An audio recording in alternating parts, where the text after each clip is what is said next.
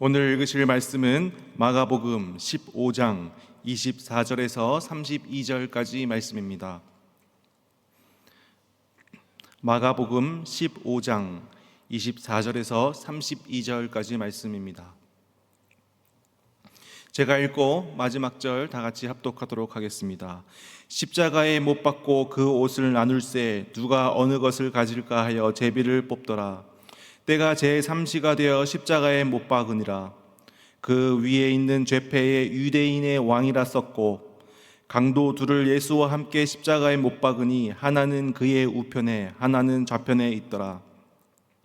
지나가는 자들은 자기 머리를 흔들며 예수를 모욕하여 이르되 아하 성전을 헐고 사흘에 짓는다는 자여 내가 너를 구원하여 십자가에서 내려오라 하고 그와 같이 대제사장들도 서기관들과 함께 희롱하며 서로 말하되 그가 남은 구원하였으되 자기는 구원할 수 없도다. 마지막 절 다 같이 읽겠습니다.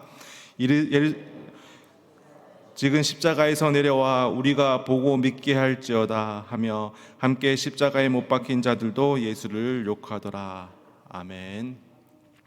오늘 말씀은 예수님께서 그 십자가에 못 박혀 돌아가시는 그 장면, 그 부분이 오늘 말씀입니다.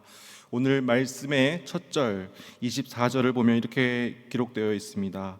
십자가에 못 박고 그 옷을 나눌세 누가 어느 것을 가질까 하여 제비를 뽑더라.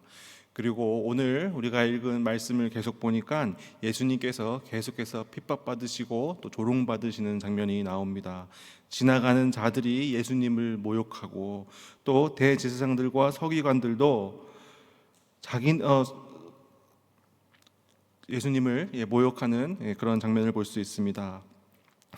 예수님의 십자가 사건을 더욱더 비참하게 만드는 그런 장면입니다. 우리가 이 예수 그리스도의 십자가 사건은 바로 구약 성경에서 예표된 내용입니다.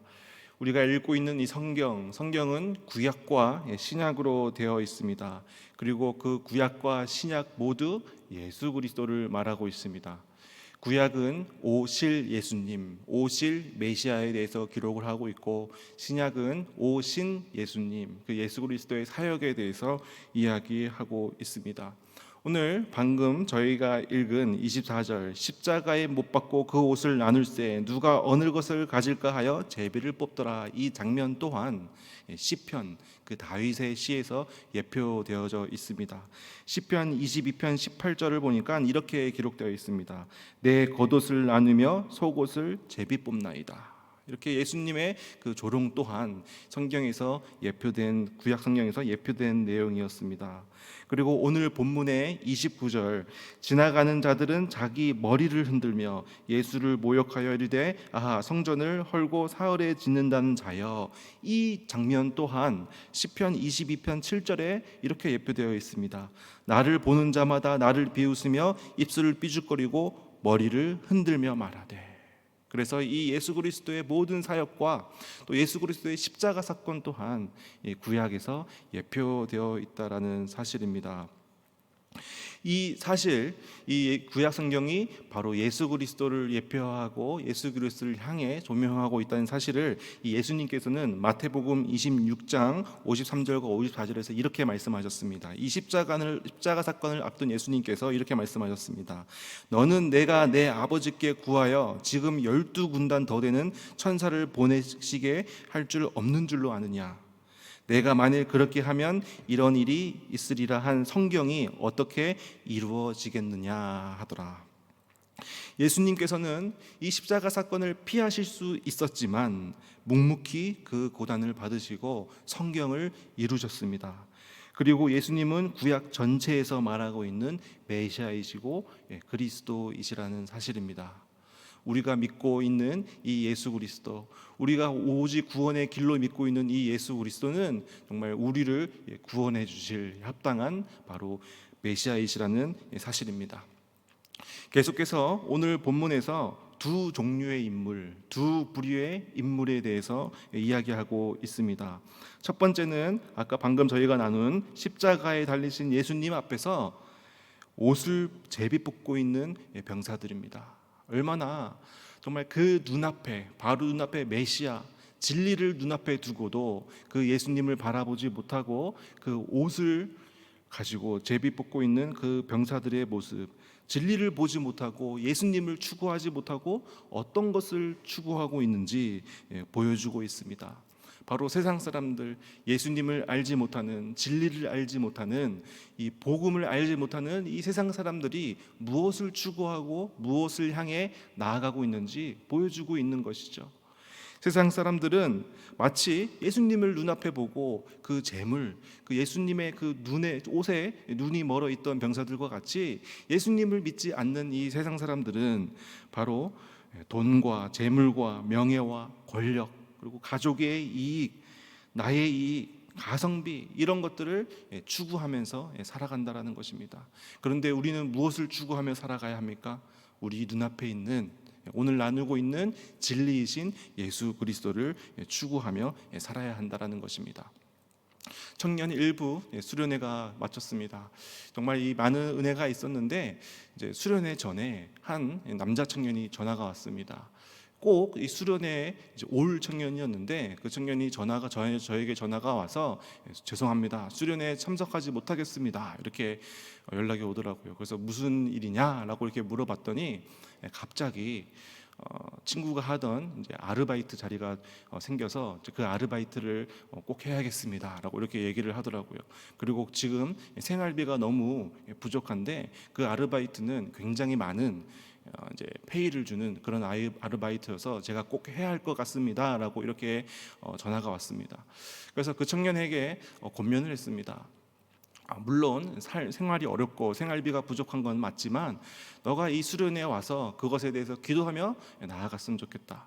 그리고 앞으로 이번 일뿐만 아니라 계속해서 살아가면서 이 신앙과 또 이 세상적인 가치가 충돌이 될 텐데 그때마다 고민하면서 나아갈 수 없지 않느냐.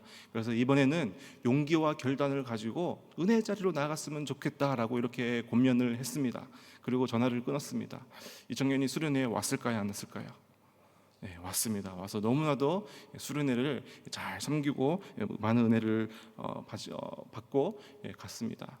정말 이런 것 같습니다. 우리의 신앙적 가치와 또 믿지 않는 사람들의 이 세상적 가치가 충돌했을 때 우리가 그 신앙, 바로 진리이신 예수 그리스도를 붙잡을 수 있는 용기와 결단이 있나라는 것입니다. 한 여자 청년도 있었습니다.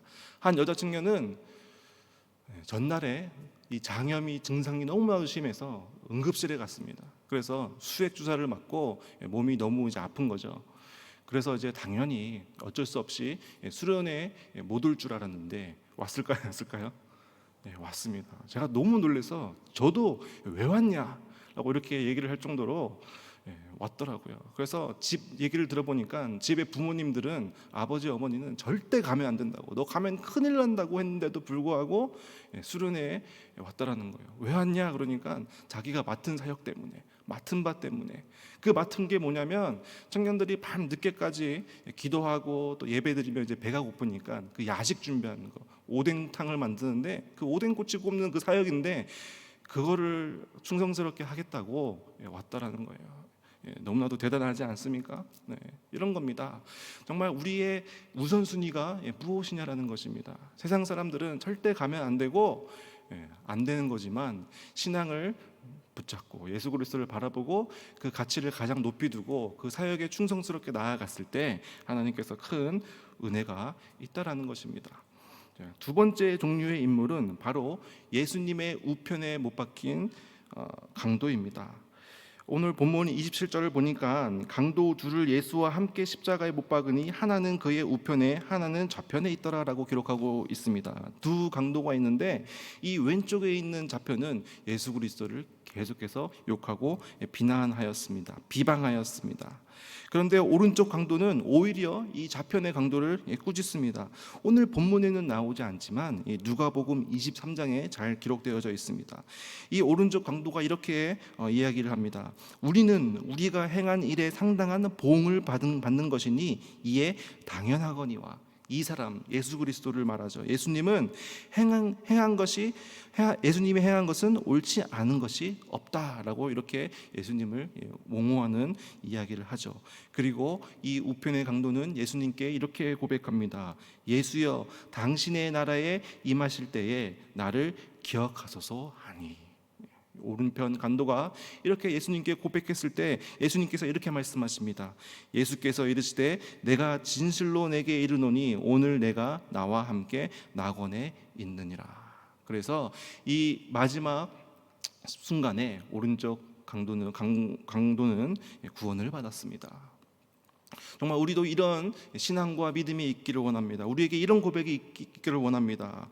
나를 기억하여 주시옵소서. 예수님, 나를 기억하여 주시옵소서. 나의 가족을 기억하여 주시고 나의 직장을 기억하여 주시고 나의 건강을 기억하여 주시옵소서. 이런 고백, 예수님만 붙잡겠습니다 라는 고백이 우리 가운데 있기를 원합니다. 정말 그 짧은 순간에 그 삶을 보면 강도는 아마 죄가 가득한 삶을 살았을 겁니다. 그러나 그 마지막에 그 짧은 고백으로 예수님을 만나고 자신의 신앙을 고백하고 구원받은 자가 되었다라는 것입니다. 어떻게 이 강도가 구원받은 자가 되었을까요? 바로 유일한 구원의 길은 예수 그리스도시기 때문입니다. 예수 그리스도만이 우리를 구원에 이르게 하실 수 있는 분이시기 때문입니다. 이 강도가 그 예수님을 만났고 삶이 죄악이 가득한 삶이었지만 그럼에도 불구하고 예수 그리스도를 붙잡고 함께 구원을 받았다라는 것입니다. 우리도 정말 우리의 입술 가운데, 우리 삶 가운데 회개가 계속 되어졌으면 좋겠습니다. 정말 어떠한 죄도, 어떠한 죄악도 하나님과의 우리와의 관계를 끊을 수 없습니다. 우리가 회개하며 나아갈 때 우리의 모든 죄가 눈과 같이 희어지고 우리가 구원받는 하나님의 거룩한 백성이 될 수 있을 줄을 믿습니다. 오늘 본문 26절을 보면 이렇게 기록되어져 있습니다. 그 위에 있는 죄패에 유대인의 왕이라 썼고, 예수님께서 십자가에 못 박혀 돌아가셨을 때 그 죄명, 죄패가 달리셨는데 거기에는 유대인의 왕이라고 써져 있었습니다. 예수님께서 태어나셨을 때에는 헤롯 왕이 이 이스라엘을 통치하고 있었지만 예수님께서 이 공생애를 시작하신 후에는 바로 로마의 총독이 유대 지역을 다스리고 있었습니다. 그래서 로마의 황제 가이사 외에는 왕이 존재할 수 없었습니다. 만일 누군가가 가이사 외에 왕이라고 칭함받거나 칭하게 되면 로마에 대한 반역을 의미했습니다. 사실 대제사장들과 이 장로들은 예수님을 고발하려고 했는데 종교적인 이유로는 예수님을 죽일 수 없었습니다. 그래서 예수님에게 이 사형을 언도하기 위해서 예수가 유대인들을 소욕해 하고 자신의 왕으로 자처한다라고 이 죄를 뒤집어 씌우려고 계획하고 있었습니다. 그래서 전에 저희가 나눈 이 마가복음 12장에 보면 이런 장면이 나옵니다. 바리새인들이 헤롯 당원들과 함께 헤롯 당원들을 증인으로 세우기 위해서 예수님께 가서 이렇게 질문을 합니다. 예수님, 이 세금을 로마에게 가이사에게 바치는 것이 옳습니까? 옳지 않습니까? 만약에 예수님께서 그 세금을 바치는 것이 옳다고 한다면 바로 로마의 앞잡이라고 몰아서 예수님을 공격하려는 계획이었고, 만약에 예수님께서 가이사에게 세를 바치는 것이 옳지 않다라고 얘기한다면 잘됐구나 하면서 반역자로 예수님을 죄를 뒤집어 씌울 그럴 계획이었습니다. 그런데 예수님께서는 그들의 악함을 아시고 이렇게 말씀하시죠.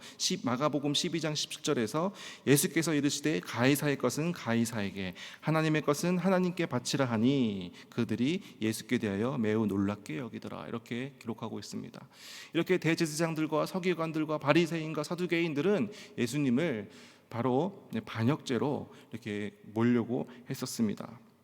그래서 이 잡혀온 본디오 빌라도에게 잡혀온 이 예수님, 본디오 빌라도에게 예수님께 이렇게 묻습니다. 내가 유대인의 왕이냐?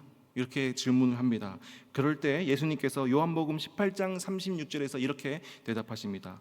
예수께서 대답하시되 내 나라는 이 세상에 속한 것이 아니니라 라고 예수님께서는 말씀하시죠. 예수님께서는 우리의 죄를 위해서 이 땅 가운데 오셨지만 우리 모두의 죄를 감당하기 위해서 이 땅 가운데 오신 이 세상에 속한 왕이 아니라 만군의 왕, 만왕의 왕이라는 사실입니다. 이 땅 가운데 오실, 그리고 이 땅 가운데 오신 예수님은 이미 왕으로 계시되셨습니다. 이사야서 9장 6절에서 이렇게 기록되어 있습니다. 이는 한 아기가 우리에게 낳고 한 아들을 우리에게 주신 바 되었는데 그의 어깨에는 정사를 메었고 그의 이름은 기묘자라 모사라 전능하신 하나님이라 영존하시는 아버지라 평강의 왕이라 할 것입니다. 이렇게 예수님께서는 정말 우리의 죄를 위하여 이 땅 가운데 오신 우리의 진정한 왕이십니다. 그렇다면 우리가 입술로 바로 이 예수님께서 우리의 왕이시란 사실을 고백한다면 우리의 삶과 우리의 삶의 방향과 또 우리의 가치관이 달라야 된다는 것입니다.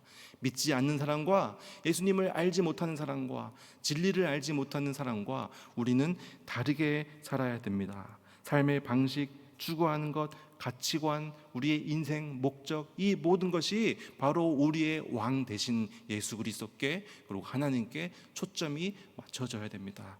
그래서 우리 우선순위가 바로 예수님, 바로 하나님께 우리 우선순위가 맞춰지기를 축복합니다.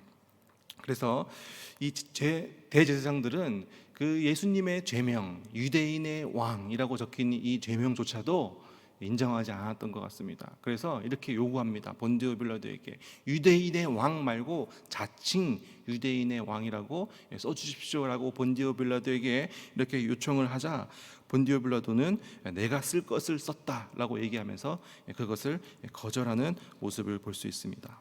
이 죄패, 죄명이 적힌 이 죄패는 단순히 그냥 적은 것이 아니라 공식적인 하나의 의뢰였습니다.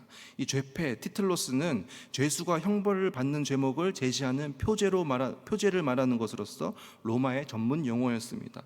그러니까 공식적인 그 죄인의 죄가 그 죄패에 적혀 있었습니다. 예수님의 공식적인 죄는 유대인의 왕입니다. 공식적으로 온 세상의 유대인의 왕이라고 선포되었습니다. 성경은 이를 통하여 예수님의 왕 되심을 이야기하고 있습니다. 이런 의미에서 이 십자가 사건은 예수님께서 만왕의 왕으로 오르시는 대관식이라고 할 수 있습니다. 우리가 보통 대관식이라고 생각하면 왕이 오르는 대관식이면 가장 화려하게 가장 성대하게 치러지는 것이 왕의 대관식입니다.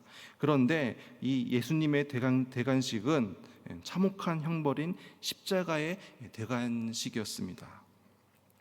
빌립보서 2장 6절에서 8절은 이렇게 기록되어져 있습니다. 그는 근본 하나님의 본체시나 하나님과 동등됨을 취할 것으로 여기지 아니하시고 오히려 자기를 비어 종의 형체를 가져 사람들과 같이 되었고 사람의 모양으로 나타나셨음에 자기를 낮추시고 죽기까지 복종하셨으니 하나님과 동등됨을 가진 하나님의 본체이신 그 하나님의 아들이신 독생자이신 예수 그리스도께서 우리의 죄를 위해서 스스로 낮아지신 사건이 바로 왕의 대관식 십자가 사건이었다라는 것입니다.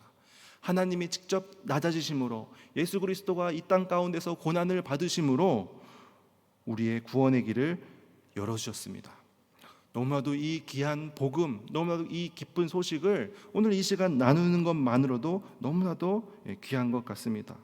그래서 오늘 여러분 하루를 살아가시면서 나의 죄를 위해서 이 땅 가운데 오신 스스로 낮아지신 그 예수 그리스도의 십자가 사건을 다시 한 번 더 기억하고 또 그 예수님을 붙잡음으로 인해서 받은 그 구원에 기뻐하고 감격하고 감사하는 하루를 사시는 여러분들 되시기를 축복합니다. 기도하겠습니다. 하나님 아버지 감사합니다. 죄인임을 고백합니다. 저희들의 죄인임에도 불구하고 하나님께서 저희들의 죄를 위하여 저희들을 너무나도 사랑하여 주셔서 이 땅 가운데 예수 그리스도를 보내주시고 그 예수 그리스도의 십자가에 흘리신 피를 통하여 우리가 그것을 믿는 믿음을 통하여 구원의 길을 열어주신 하나님 아버지의 은혜에 감사드립니다. 하나님 아버지, 저희들이 하루를 살아가면서 이 예수 그리스도의 십자가의 사건에 감격하고 감사하고 기뻐하고 우리들의 삶의 가장 우선순위에 이 예수 그리스도를 붙잡고 예수 그리스도를 닮아가는 것을 저희들이 여기는 저희들 될 수 있도록 도와주시옵소서. 이 신앙을 붙잡고 또한 이 예수 그리스도의 손과 발이 되어서 이 신앙을 이 주변 가운데 잘 전하고 하나님의 사랑과 은혜를 잘 전달하는 십자가의 전달자의 사명을 잘 감당하는 하루 될 수 있도록 도와주시옵소서. 이 모든 말씀 예수님의 이름으로 기도드렸습니다. 아멘.